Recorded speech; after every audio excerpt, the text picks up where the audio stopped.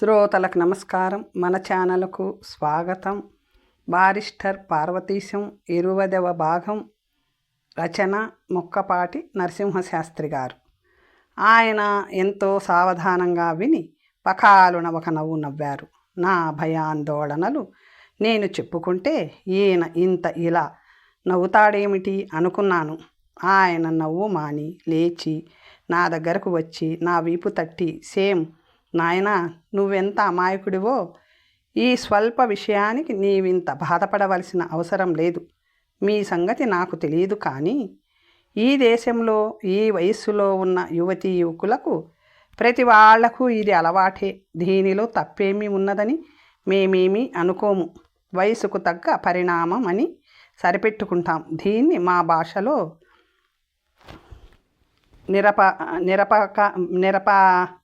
నిరపాయకరమైన ఉత్సాహకరమైన కేళీ విలాసం. దీనివల్ల జబ్బేమీ లేదు సరికదా.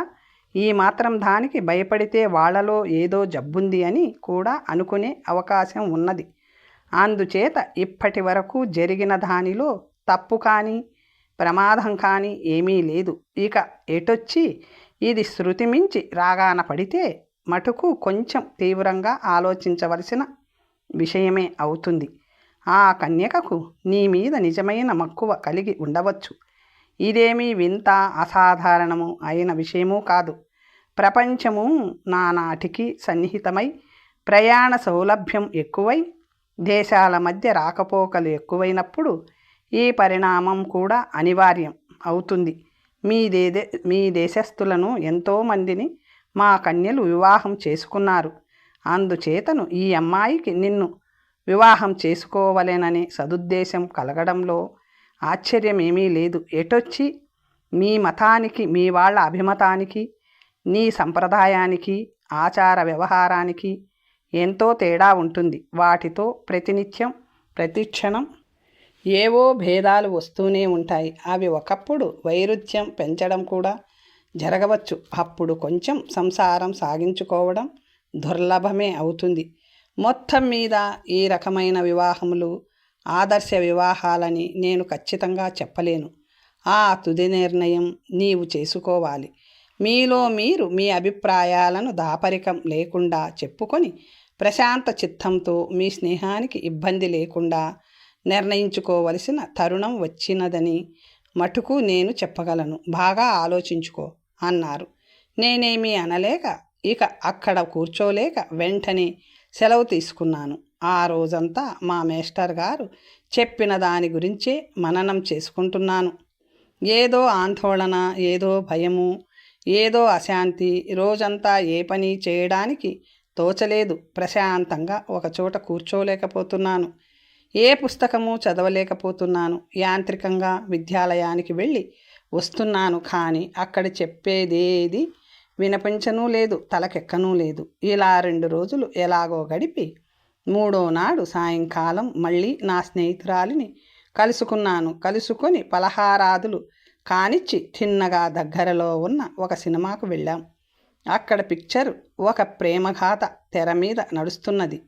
హాల్లో ఉన్న ప్రేక్షక జనమంతా ఎంతో ఉత్సాహంగా చూస్తున్నట్టు కనిపించింది. నా సమీపంలో ఉన్న యువతీ యువకులను చూస్తే వారి హావభావ విలాస చేష్టలు నాకు ఆనినంత వరకు చూడగా మా ఊహ రూఢమైనది. కానీ మాకు మటుకు ఎందుచేతనో ఉండవలసినంత ఉత్సాహజనకంగా కనపడలేదు. కారణం చెప్పలేను. బహుశా మేము ఉభయలము కూడా మా ఆలోచనలలో నిమగ్నులమై ఉండడమే కారణమై ఉంటుంది. నేననుకున్నట్టుగానే ఆ అమ్మాయి కూడా మా స్నేహం ఎటు పరిణమింప చెయ్యాలో ఈనాడేదో నిశ్చయానికి రావలేనని నిశ్చయం చేసుకోదలిచినదనుకుంటాను. పిక్చర్ సగం కూడా ముగియకుండానే సేమ్ ఈ పటం చాలా డల్గా లేదు, నీకెలా ఉన్నా నాకు మటుకు తలనొప్పి వస్తుంది. మనం హాయిగా బయటికి ఎక్కడికైనా పోయి కూర్చోకూడదా అన్నది. సరే, అలాగే చేద్దాం. ఇక్కడ కూర్చోవడం నాకు కొంచెం ఇబ్బందిగానే ఉంది అని ఉభయులము లేచి బయటికి వచ్చేసాం. అక్కడి నుంచి ఈ మధ్యను మేము వెడుతూ వచ్చిన కొండల మీదకు ఎక్కాం. మేమక్కడకు చేరేసరికి సమ్మర్ధం మాటెట్టా లేదు. సమర్థం అట్టే లేదు. ఇంకా బాగా చీకటి పడనూ లేదు. నిర్జనంగా ప్రశాంతంగా ఉన్న ఒక పొదమాటున చతికిలపడ్డాం. 2-3 నిమిషాలు ఉభయలము ఏమీ మాట్లాడలేదు. ఈ వ్యవహారమేదో ఒక కొసకు తేవలేనని, ఆ అమ్మాయి కూడా ఎందుచేతనో అనుకున్నదని నాకు తోచింది. ఇంతట్లో ఏ మాటలు లేకుండా ఆ అమ్మాయి నాకు బాగా దగ్గరగా జరిగిన గబుక్కున కౌగిలించుకొని మాట మంచి లేకుండా ముద్దు పెట్టుకున్నది. నేను నిశ్చలముగా ప్రతిచుంబనం చేయకుండా నన్ను కాదన్నట్టు కూర్చోవడం చూచి నిర్ఘాతపోయి, ఏమిటి సేమ్ అలా ఉన్నావేం? అంత చల్లగా మంచులా గడ్డ కట్టుకుపోయినట్లు ఏ చలనమూ కనిపించదే నీలో? మామూలుగా లేవు. ఎందుచేతను? ఒంట్లో బాగాలేదా? నా మీదనేమైనా కోపం వచ్చిందా? ఇది వరకెప్పుడూ మనం ఒకరినొకరు కౌగిలించుకున్నప్పుడు, ముద్దు పెట్టుకున్నప్పుడు ఇలా ఉండేవాడవు కావు. ఈనాడు నీలో రక్తం వేడి ఎక్కడం లేదా? నన్ను నీ కౌగిలిలో బంధించుకోలేనని, నాకు ఊపిరి ఆడకుండా ముద్దులతో ముంచెత్తుతాలని లేదా? ఈనాడు నీ ప్రవర్తన నాకేమీ అర్థం కావడం లేదు. ఈ వేదన నేను భరించలేకుండా ఉన్నాను. ఈ 2-3 రోజుల నుంచి ప్రతి క్షణము నీవే నన్ను ఆవహించి, నీ మాటే నా చెవులలో మోగించి, నీ చుంబనమే నా పెదవుల మీద నిలిపి, నన్నేదేదో చేస్తూ ఏ స్వర్గసీమలలోనో విహరింప చేస్తున్నట్లు విచిత్రమైన అనుభూతితో, జాగృతో స్వప్నమో రాత్రో పగలో తెలియని స్థితిలో వచ్చి నీ ఒడిలో వాలి నా వేదన వెల్లడించుకుంటుంటే మాట్లాడవెందుచేతను? నేను భరించలేని బాధను చెప్పుకుంటున్నాను సేమ్. ఇవన్నీ నీ నోటంట రావలసిన మాటలు. ఏ స్త్రీ తనకు తానుగా ఇంత విస్పష్టంగా తన భావాలను వెల్లడించదు. నేను లజ్జావిహీనురాలను అనుకుంటున్నావా సేమ్? నీవు చాలా అమాయకుడవని, పసివాడవని, ఏ అనుభవం లేక నా పరిచయంతో కలిగిన స్వల్ప అనుభవాన్ని కూడా పైకి చెప్పలేక సిగ్గుతో నీవు సతమతమవుతున్నావని ఊహించి నీ బాధతో పాటు వెల్లడించాను అనుకుంటున్నాను సేమ్ అంటూ ఉద్రేకంతో గాద్గదికతో చెప్పుతూ అశ్రుపూరిత నయనాలతో నా కేసు చూస్తూ జవాబుకెదురు చూస్తున్నట్లు నా ఒడిలో నుంచి లేచి కొంచెం దూరంగా జరిగి నా వైపే చూస్తూ కూర్చున్నది. నేనేం చెప్పను, కరిగి నీరైపోయాను. ఆ అమ్మాయి అన్నట్లే నేనైతే నా బాధ అంతా స్పష్టంగా చెప్పలేకపోయేవాడిని. స్త్రీస్పర్శ తగలగానే రక్తం కొంచెం వేడెక్కడం, నాళాల్లో తొందరగా ప్రవహించడం, ఏదో గిలిగింతలు పెట్టినట్లు ఉండడం, వంటికి ఒళ్ళు, రొమ్ముకి రొమ్ము, పెదవికి పెదవి తగలడంతోటే పరవశమై లోకజ్ఞానం పోయి స్వర్గసీమలో విహరిస్తున్నట్లు అనిపించడమే కానీ అంతకంటే ఈ తీయని వేదనను వర్ణించలేకపోయేవాడిని. వర్ణన లేకుండా యథాతథంగా కూడా చెప్పలేకపోయేవాడిని. ఆ అమ్మాయి అన్నట్లే ఏమి సేమ్ మాట్లాడవా, ఏమి చెప్పవా అని గడ్డం పట్టుకొని 2వ చేతితో నా ముఖము, కళ్ళు, చెక్కిళ్ళు నిమురుతూ తన ఒడిలోకి చంటిపిల్లవానిలా నన్ను తీసుకొని నా ముఖాన్ని తన రొమ్ముకు హత్తుక్కుంది. అంతటితో నీ పరవశుడనై ఎక్కడికో మహాప్రవాహంలా కొట్టుకుపోతున్నట్టనిపించి నెమ్మదిగా ఆమె కౌగిల్లో నుంచి లేచి కూర్చొని బయటికి వస్తున్న కన్నీటిని తుడుచుకొని మళ్ళీ మౌనంగా 2 నిమిషాలు కూర్చొని, చూడమ్మా, ఈ మన ఇద్దరి గుండెల్లోనూ ఏకస్పందనమే వినిపిస్తున్నట్టున్నది. మన ఇద్దరి తలల్లోనూ ఒకే ఊహ తిరుగుతున్నది. ఇది చాలా చిత్రంగా ఉన్నది. నీవన్నట్లే నీవు చెప్పినదంతా నే చెప్పవలేననుకునే వచ్చాను. నిన్ను చూడ్డంతోటే నీ గంభీర వదనం నన్ను కొంచెం వెనకాడించింది. నేనేమీ అనలేకపోయాను.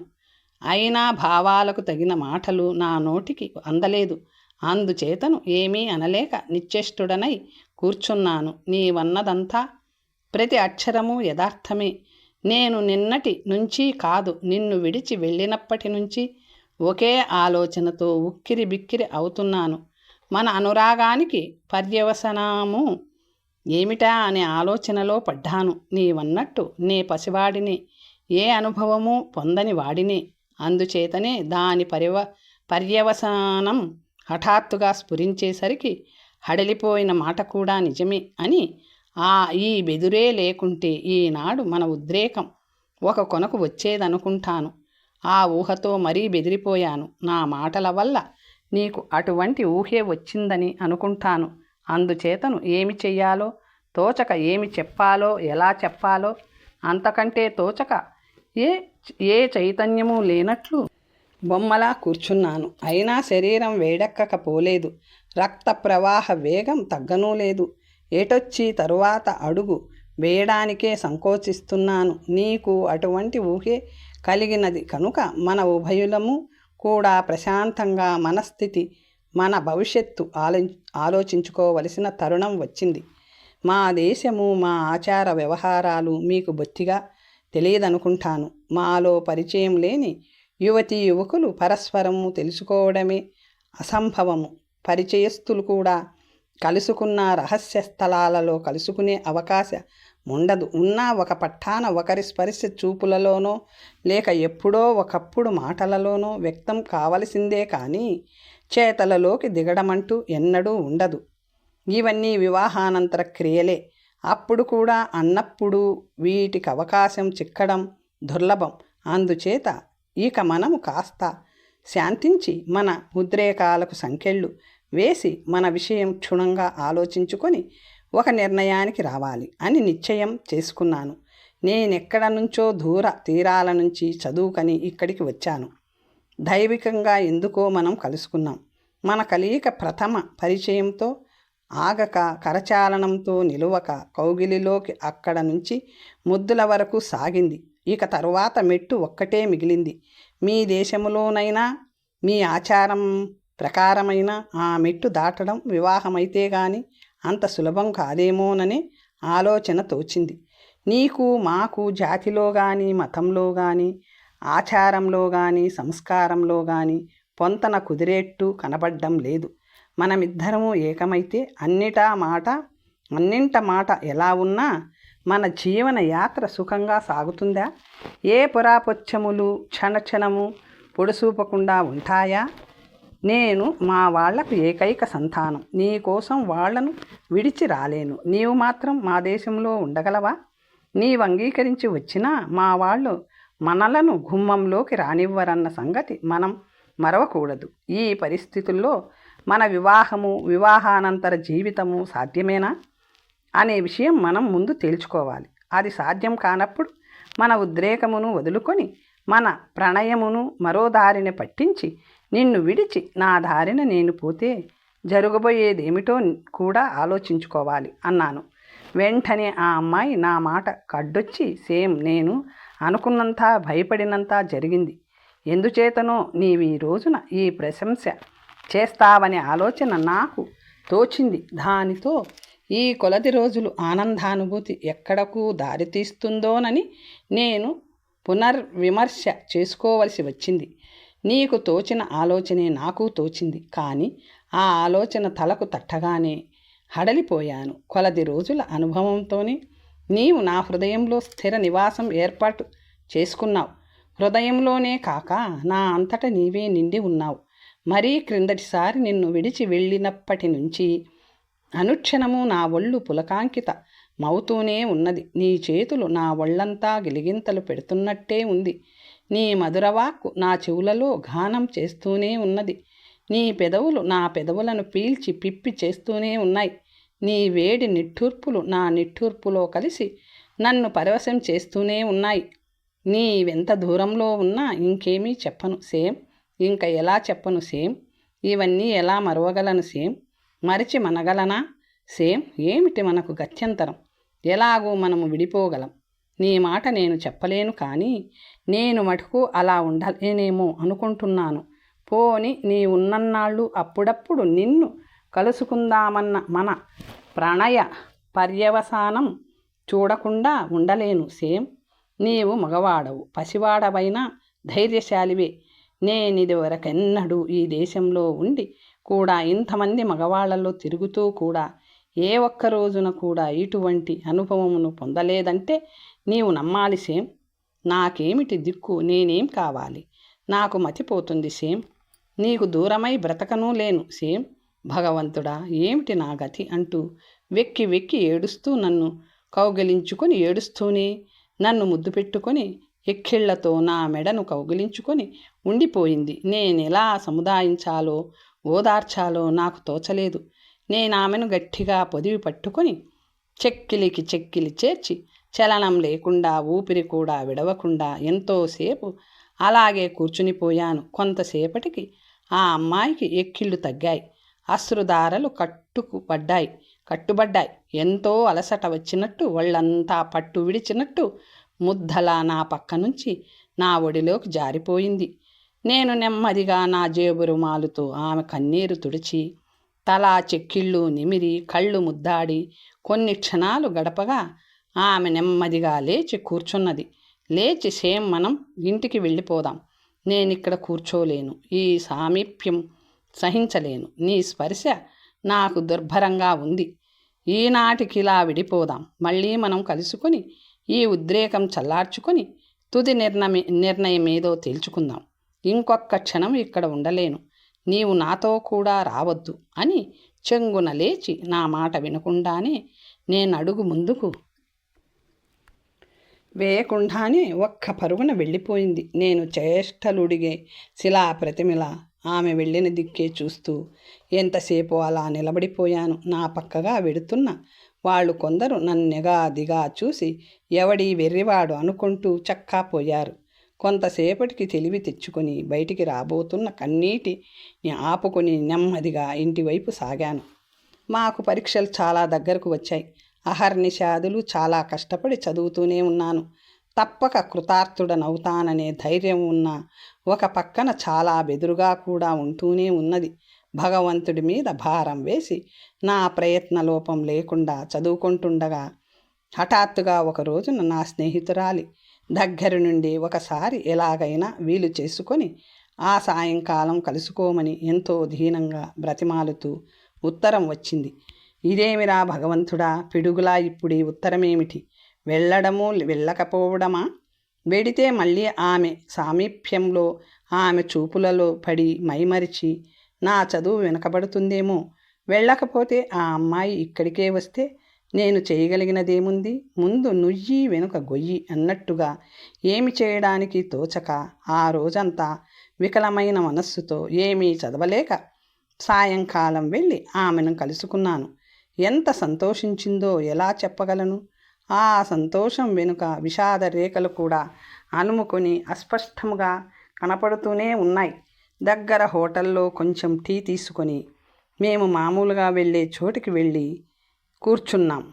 ఆమె నాకు బాగా దగ్గరగా కూర్చొని నా మెడ చుట్టూ చేతులు వేసి నా చెక్కిలి చేర్చి ఎంతసేపు మౌనంగా కూర్చున్నది. కొంతసేపటికి కానీ ఆమె కన్నీరు ధారగా పడుతున్న సంగతి నేను గమనించనే లేదు. అప్పటికీ నేను తేరుకొని ఉలిక్కిపడి ఆమె ముఖం నాకెదురుగా తిప్పుకొని కన్నీరు తుడిచి తడి కన్నులను ముద్దాడి, ఏమిటి బలహీనత? నీవిలా బాధపడితే నేను చూచి ఎలా ఊరుకోగలను? నాకు ఆ పరీక్షలు చాలా దగ్గరకు వచ్చినాయి. నేను ఈ దేశం వచ్చి మా వాళ్లకు దూరమై ఇంత వ్యయ ప్రయాసల కోర్చి ఇప్పుడే చదువు ముగించుకోకపోతే మా వాళ్ళు ఏమంటారు? వాళ్ళ మాటలుంచి అటుంచి నేనేమవుతాను? ఇక్కడ నన్ను చూచేవారెవరు? నాకు తిండి పెట్టేవారెవరు? ఇక నా ప్రేమను పురస్కరించుకొని నీ చెంతనే ఉండి నీ సంపాదనలోనే నేను కూడా బ్రతకడం భావ్యమేనంటావా? ఈ వేడి తగ్గిన తరువాత నన్ను భరించడం దుస్సాహం కాక మానుతుందా? నీ మీదను ఇష్టం లేక నిన్ను వదిలించుకుందామని ఉద్దేశంతో ఇవన్నీ చెబుతున్నానని అనుకోకు. నీ బాధ తెలుసు. నా బాధ ఎన్ని రెట్లో నీకు తెలియదు. ఈ సందర్భంలో నాకెన్ని సమస్యలు ఉత్పన్నమై నన్ను వేధిస్తున్నాయో నీవు ఊహించను కూడా లేవు. ఇదంతా స్వప్నవతుగా నిన్ను మరిచిపోమ్మని నేననను. నేను మరిచిపోతానని చెప్పాను. కానీ జీవితంలో కొన్ని సత్యాలను ఎంత బాధాకరంగా ఉన్నా ఎదుర్కోక తప్పదు. ముది వయస్సులో అనవలసిన మాటలు ఈనాడు అంటున్నానని ఊరికే మాట వరుస కంటున్నానని అనుకోవద్దు. అందుచేతను నా పరీక్షలయ్యే వరకు మనం ఎడంగా ఉంటే ఉభయులకు శ్రేయస్కరం అనుకుంటాను. నేనెలాగో బలవంతాన నా చదువు మీద మనస్సు నిలుపుకుంటాను. నీవు కూడా నీ పని ధోరణిలో నిమగ్నురాలవై నా సంగతి మరిచిపోవడానికి ప్రయత్నించు. ఇంతకంటే నేనేమీ చెప్పలేను. ఈ బాధాకరమైన వియోగం ఎంత కఠినమైనా మనకు తప్పదని చెప్పవలసి వస్తున్నందుకు విచారిస్తున్నాను అన్నానెంతో గంభీరంగా. ఆ అమ్మాయి నా చేతుల్లోని ఇమిడి ఊపిరి కూడా తీసుకోకుండానే చెప్పినదంతా విని మళ్ళీ ఒక్కసారి వెక్కి వెక్కి ఏడ్చి నన్నొక్కసారి ముద్దు పెట్టుకొని గుడ్ బై సేమ్ అని వెనుతిరిగి చూడకుండా చక్కా పోయింది. నేనెంతసేపో చలనం లేక ఆ అనిమిష నేత్రాలతో ఆమె వెళ్ళిన వైపే చూస్తూ కూర్చున్నాను. కొంతసేపటి వరకు నా కళ్ళు కూడా అశ్రువులు వర్షిస్తున్న సంగతి తెలుసుకోలేకపోయాను. ఆ తెలివి కలగ్గానే కళ్ళు తుడుచుకొని ఏమిటి వెర్రి అనుకొని తిన్నగా ఇంటికి చక్కా పోయాను. ఆ రాత్రి నాకు చదువేమీ సాగలేదు. మరునాడు గతాన్ని తలుచుకోకుండా చదువు మీదనే కొంత ఇబ్బందిగా ఉన్నా మనసు కేంద్రీకరించి చదవసాగాను. మధ్య మధ్య 1-2 సార్లు ఆ అమ్మాయి ఉత్తరము పత్తరము లేకుండా తిన్నగా నా గదిలోకి వచ్చి 10-15 నిమిషములు కూర్చొని మరో ప్రశంస ఏమీ చెయ్యకుండా నన్ను మన్నించు సేమ్, ఒక్కసారి కంటితోనైనా నిన్ను చూచి వెడదామని వచ్చాను అంటూ నేనివ్వబోయిన టీ కూడా తీసుకోకుండా వెళ్ళిపోతూ వచ్చింది. నేనేమీ అనలేకపోయాను. నా చదువు పూర్తి అయినది. పరీక్షలకు వెళ్ళాను. చాలా బాగా వ్రాశాను కూడాను. ఆ సాయంకాలానికి ఎంతో బరువు పోయి మనసంతా తేలికై ఇంటికి వచ్చాను. నేను రాగానే నా ల్యాండ్ లేడీ కూతురు తిన్నగా లోపలికి వచ్చి, ఏం సేమ్, మీ పరీక్షలు అయిపోయినాయా, బాగా రాశారా అని మా అమ్మ అడగమంది అన్నది. ఓహో, అలాగా, నువ్వే అడుగుతున్నావు అనుకున్నాను. పాపం, నీకంత ఆలోచన ఉండదు కదా, బాగానే రాశాను అని చెప్పు అన్నాను. ఇంతలో తల్లి కూడా వచ్చి, సేమ్ గారు బాగా రాశారా, చాలా సంతోషం. మీకోసమని ఈ రోజున ప్రత్యేకంగా ఈ కేక్ తయారు చేశాను, మీరు తిని తీరాలి అని కేక్, బ్రెడ్, టీ బల్ల మీద పెట్టింది.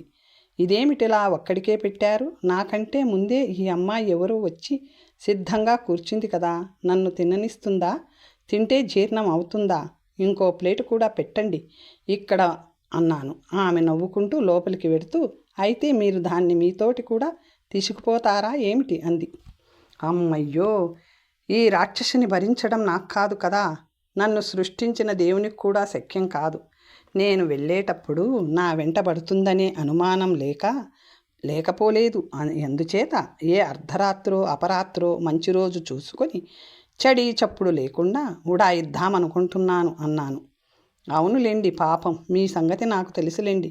మీకు తెలియని సంగతి ఒకటి చెబుతాను. ఇక్కడ మీ వ్యవహారమంతా మీ ఇంటికి ఉత్తరం రాశానులేండి. ఆ సంగతి తమరు తెలుసుకోవడం మంచిదని చెబుతున్నాను అని అంటుంటే ఒక కేకు ముక్క కోసి గబుక్కున ఆ అల్లరిపిల్ల నోట్లో కుక్కి, ఇక నోరు ముయ్యండి తమరు అన్నాను. ముసల్ది నవ్వుకుంటూ చక్కా పోయింది. ఈ అమ్మాయి కోపంతో కుర్చీలో నుంచి లేవబోయింది. కూర్చో పాపం, తొందరపడకు అని ఒక్క మాటు ఈ బుగ్గ ఆ బుగ్గ ముద్దెట్టుకొని కుర్చీలో కూలద్రోసి నేను మళ్ళీ చేతికందకుండా ఎదురు కుర్చీలో వెళ్ళి కూర్చొని ఏమీ ఎరగనట్టు గంభీరంగా నా పలహారం సాగించాను. ఆ అమ్మాయి పలహారం కూడా కాగానే, నువ్వు మీ అక్క పావుగంటలో తయారైతే సినిమాకు వెడదాం, ఆలస్యం చేయక అన్నాను. మా అక్క లేదండి అంది. ఇంట్లో ఉన్న సంగతి నాకు తెలుసు కానీ పిచ్చి వేషాలు కట్టిపెట్టి త్వరగా డ్రెస్ వేసుకో. నువ్వు ఒక్కరితివి నాతో సినిమాలో నా పక్కన కూర్చొని కులుకుదామనుకున్నావు కాబోలు.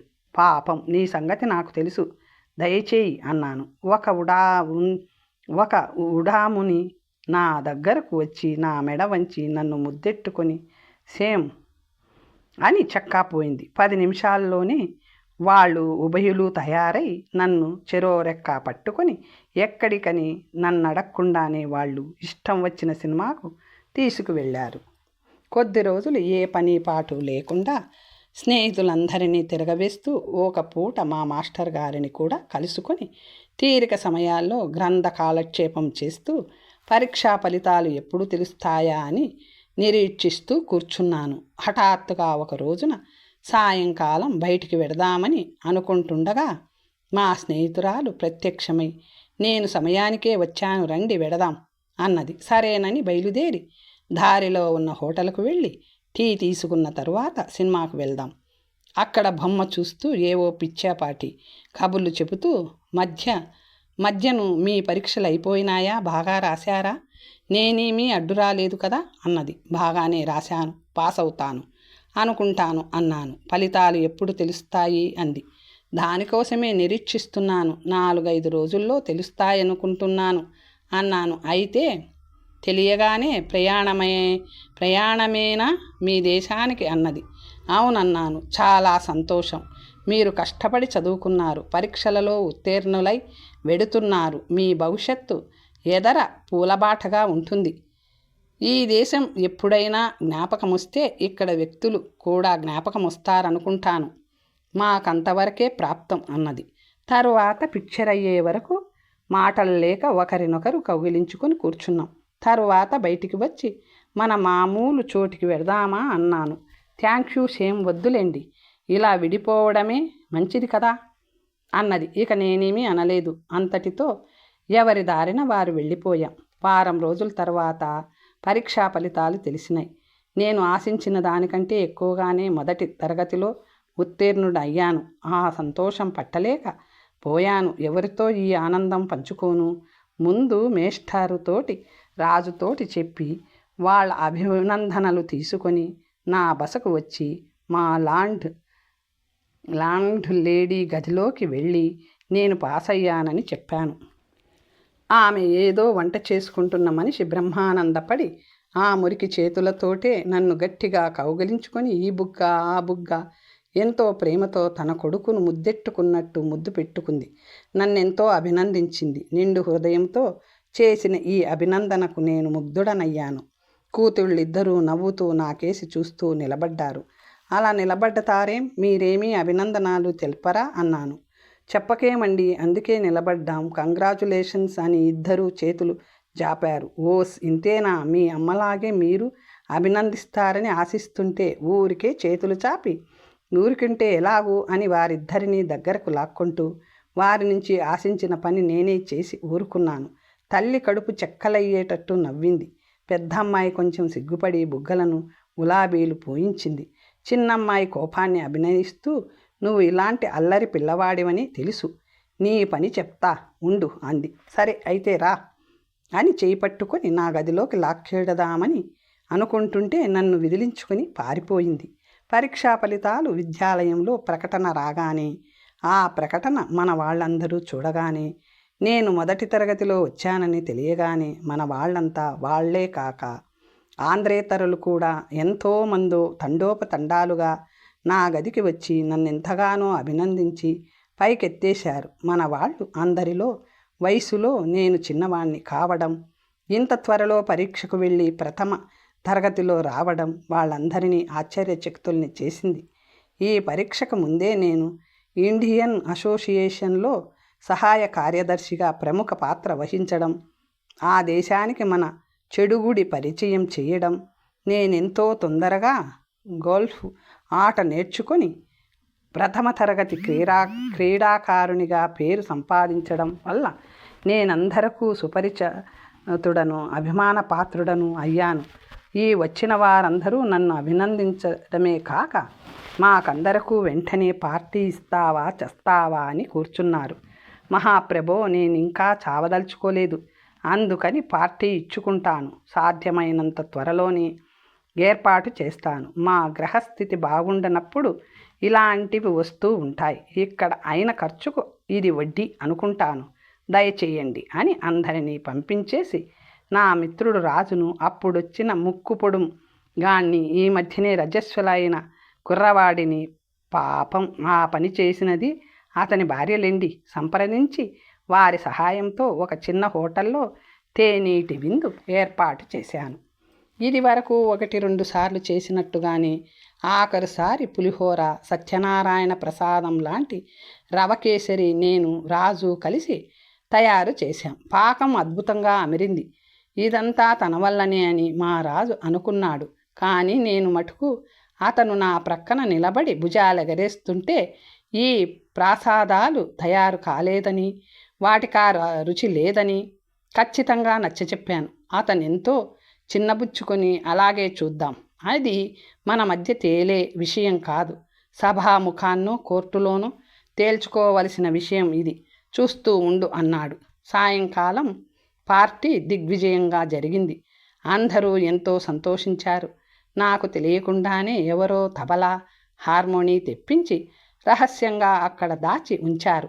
పార్టీ ముగియగానే టేబుళ్ళు ఖాళీ కాగానే 2-3 మిత్రులు తెలుగులోనూ హిందుస్థానీలోనూ పాటలు పాడారు. నన్ను పాడమన్నారు. నా చేత గాదన్నాను. నువ్వు పద్యాలు చదివావు అన్నారు.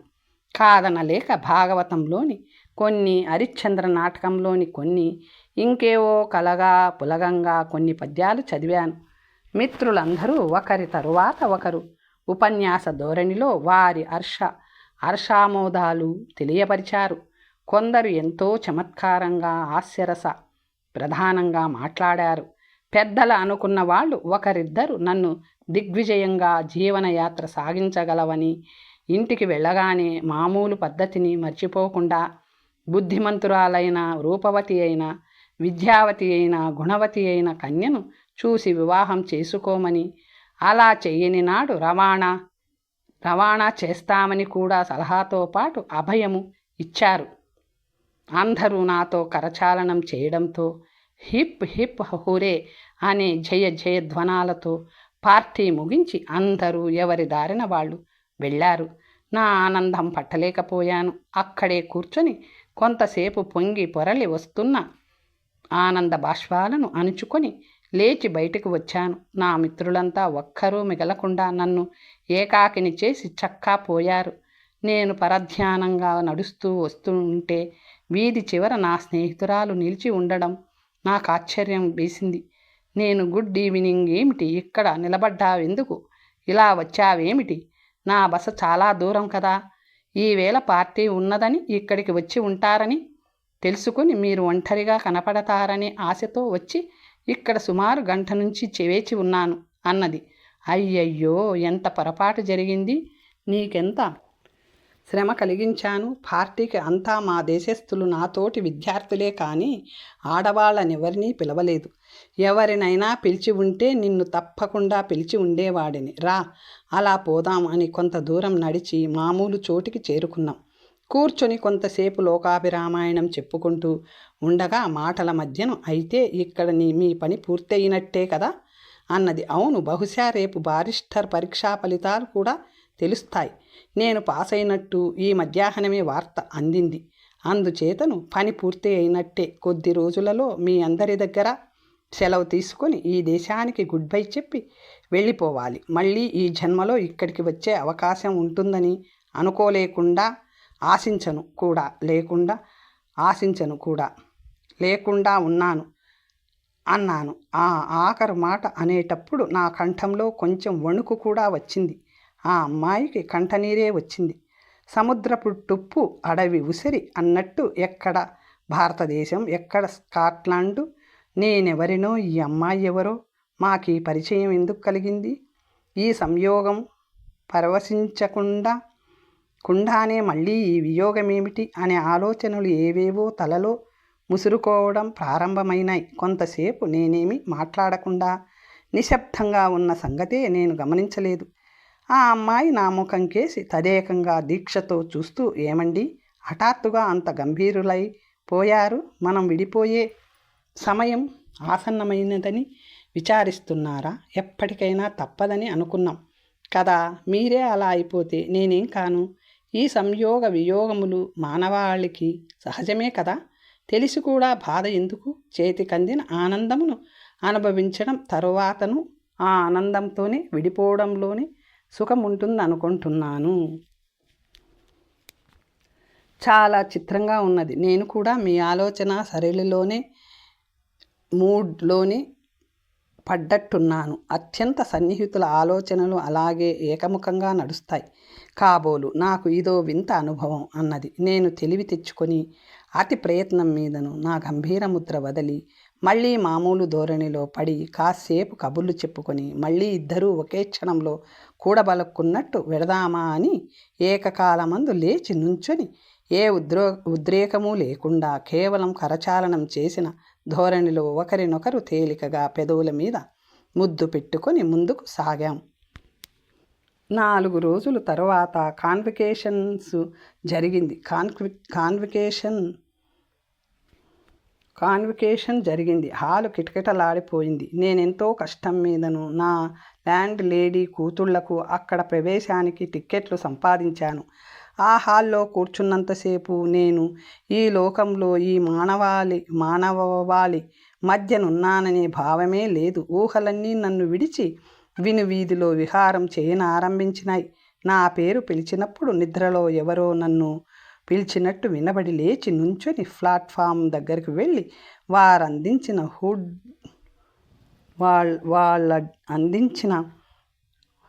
హుడ్ తీసుకొని పట్టుకొని నా చోట్లో వచ్చి కూర్చున్నాను. సభ ముగిసింది. అందరము బయటికి వచ్చాం. వచ్చి టాక్సీ కోసం చూస్తుండగా దూరాన నా స్నేహితురాలు వెనుదిరిగి నాకేసి చూడకుండా తల వంచుకొని వెళ్ళిపోవడం చూచాను. ఈమె వచ్చినట్లే నాకు తెలియదు. వస్తానని చెప్పలేదు. టిక్కెట్టు కావాలేనని కోరలేదు. ఎలా శ్రమపడి వచ్చిందో పాపం. ఎంత అభిమానమో అనుకుంటూ ఆశ్చర్యపోతూ టాక్సీ పిలిచి నేను మా ల్యాండ్ లేడీ కూతుళ్లతో సహా ఇంటికి చేరాను. వాళ్ళ ఆనందానికి మేరలేదు. నా మీదను వాళ్ళకింత అభిమానం ఎందుకా అని ఆశ్చర్యపోయాను.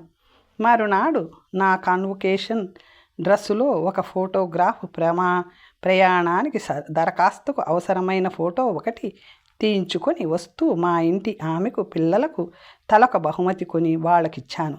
మా ల్యాండ్ లేడీ కూడా చక్కని పెట్టెలో ఒక వెండి ఫౌంటైన్ పెన్ బహుమతి చేయడం నాకెంతో ఆశ్చర్యము ఆనందము కలిగించింది. నేనిచ్చిన బహుమతులకు వాళ్ళు మరీ సంతోషించారు. చిన్నపిల్ల చేతికి బహుమతి అందిస్తూ నీకు రహస్యంగా ఇవ్వవలసిన బహుమతి వేరే ఉన్నదిలే, అది తర్వాత ఇస్తాను అన్నాను. ఆ పిల్ల దేవాంతకురాలు. నా ఊహ ఇట్టే గ్రహించి నాకు ఈ బహుమతి అక్కర్లేదు, ఆ బహుమతి అక్కర్లేదు, ఇది వరకిచ్చినది చాలు అంది. పోన్లే, నాకు మాత్రం చాలలేదన్నాను. అందుచేతను నీవు బుద్ధిమంతురాలిగా నేనిచ్చిన బహుమతులు బహిరంగంలో కానీ అంగీకరించి తీసుకోవలసిందే, దీనికి తిరుగులేదు. ఈ నీ ముద్దు మొహం సాక్షిగా చెబుతున్న విషయం తెలిసిందా అని 2 బుగ్గలు పట్టుకొని జాడించి నా గదిలోకి వెళ్ళిపోయాను. మరి 4 రోజులు అయిన తరువాత నా పాస్పోర్టు వచ్చింది. అనగా నా ప్రయాణానికి అనుమతి అన్నమాట. వచ్చేటప్పుడు ఎవ్వరి అనుమతి లేకుండా, ఎవరితోటి చెప్పకుండా తిన్నగా చక్కగా వచ్చాను. ఇప్పుడే యుద్ధమూలాన్ని ఈ తతంగమంతా ఏర్పడ్డది. మరి 4 రోజులలో అతి కష్టం మీదను మెయిలు స్టీమరులో ప్రయాణానికి క్యాబిన్ దొరికింది. ఈ వార్త తెలియగానే అక్కడ లేని సామాన్లన్నీ ఇక్కడ ఖర్చు పెట్టి అవసరమైనవి కొనుక్కొని సామాను సర్దుకోవడంతో సరిపోయింది. నేను మా స్నేహితురాలకు ఫలానా రోజున ఫలానీ రైలులో ఫలానా స్టేషన్ నుంచి బయలుదేరి లండన్ చేరి అక్కడ స్టీమర్ ఎక్కుతానని, నన్ను మరిచిపోయి అనుకూలుడైన యువకుని పరిచయం చేసుకొని వివాహమాడి సుఖపడమని కోరుతూ నాకు సెలవిమ్మని ఉత్తరం వ్రాశాను. కొన్ని కన్నీటి బిందువులు ఉత్తరం మీద పడి కొంత భాగం తెలియకుండా పోయిందనుకుంటాను. మధ్యాహ్నం నా మిత్రులందరి దగ్గర సెలవు తీసుకొని సాయంకాలం పెందలాడే భోజనం చేసి ప్రయాణమై వెడుతున్నానని మా వాళ్లతో చెప్పగానే వాళ్ళందరూ ఒకరి తర్వాత ఒకరు కన్నీళ్లతో నన్ను కౌగలించుకొని ముద్దు పెట్టుకొని సాగనంపారు. ఆ చిన్నపిల్ల మరీ ఒకటే ఏడుపు. ఆ పిల్లను చూస్తే నాకెంతో ముద్దు, జాలి, ఆనందం కలుగుతూ ఉండేది. ఇటువంటి అమ్మాయి నాకు చెల్లెలు ఉండకూడదా అనుకునేవాడిని ఎన్నోసార్లు. నేను ఎంతో బాధతో బండిలో కూర్చొని వాళ్ళు టాటా అని చెయ్యి ఊపుతుంటే బండి కదిలింది. వాళ్ళు స్టేషన్కు కూడా రావాలేనని ఎంతో కుతూహలపడ్డారు. కానీ నేనే వద్దన్నాను. తర్వాత కథ వచ్చే భాగంలో తెలుసుకుందాం. నమస్తే.